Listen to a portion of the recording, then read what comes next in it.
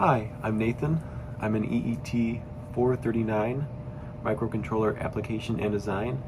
Today's date is June 29th, 2023, and I'll be performing experiment number 3. Okay, so the purpose of this lab activity is to test a traffic light, which is being programmed using the microcontroller.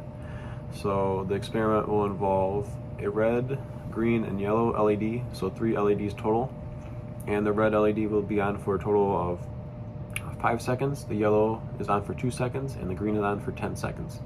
So they'll sequence just like a regular traffic light, where it goes green, yellow, red, and for the correct time periods. And then this will repeat indefinitely to show that the experiment works. Okay, here's the construction of the lab. Here I have port 1, bit 1, going to the red LED.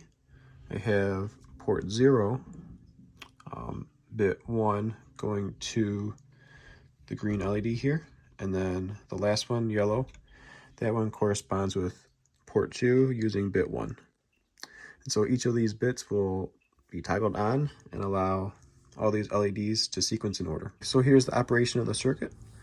It's running now, so I'll move this on over to the green LED. And so as you can see, the green LED is on right now. It's a little bit difficult to see, but it is lit up. Now the yellow LED, as you can see, and then the red. And so it should circle around back to this green one, which is on now.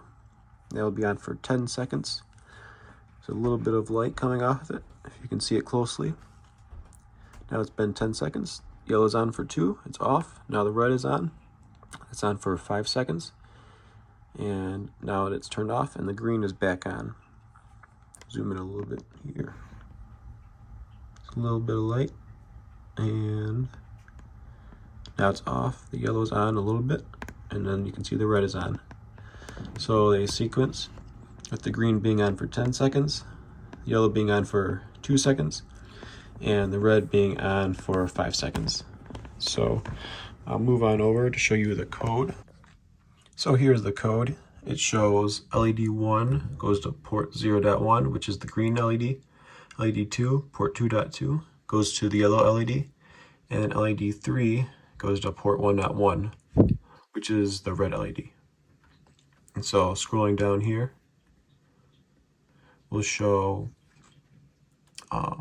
first initialize these LEDs to off, so I clear all the bits for those ports, and then I start using the complement of LED 1 to turn it on, and then it goes through this delay loop, which has been configured so that it takes 10 seconds. This is for the green LED.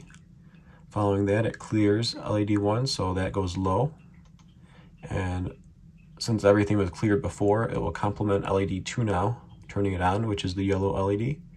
And this loop will run for 2 seconds in order to delay this clear bit for LED 2, where it turns off. And then next, it goes to LED 3, gets the complement again, turning the red LED on, and this is set up so that it delays the clear instruction below for 5 seconds, and then after this clear instruction goes and all the LEDs are off, it will complement LED 1, turning the green LED on again, and then it jumps back to this delay, and that will bring it up here again, and that will start circling through the sequence again, turning green on first, then yellow, then red. Okay, to conclude this experiment, everything went well. There were just a couple things that were a little bit difficult, but after reading through the book and writing down how to do a delay routine using the DJNZ command, and with setting the registers to the different values, I was able to design a register that provided a sufficient time delay, and all I had to do was modify each one so that it fit within the correct periods for the LEDs to turn on. And after that was done, the experiment was able to be completed and have all the LEDs sequenced as they should. So it was very successful, and that concludes the experiment.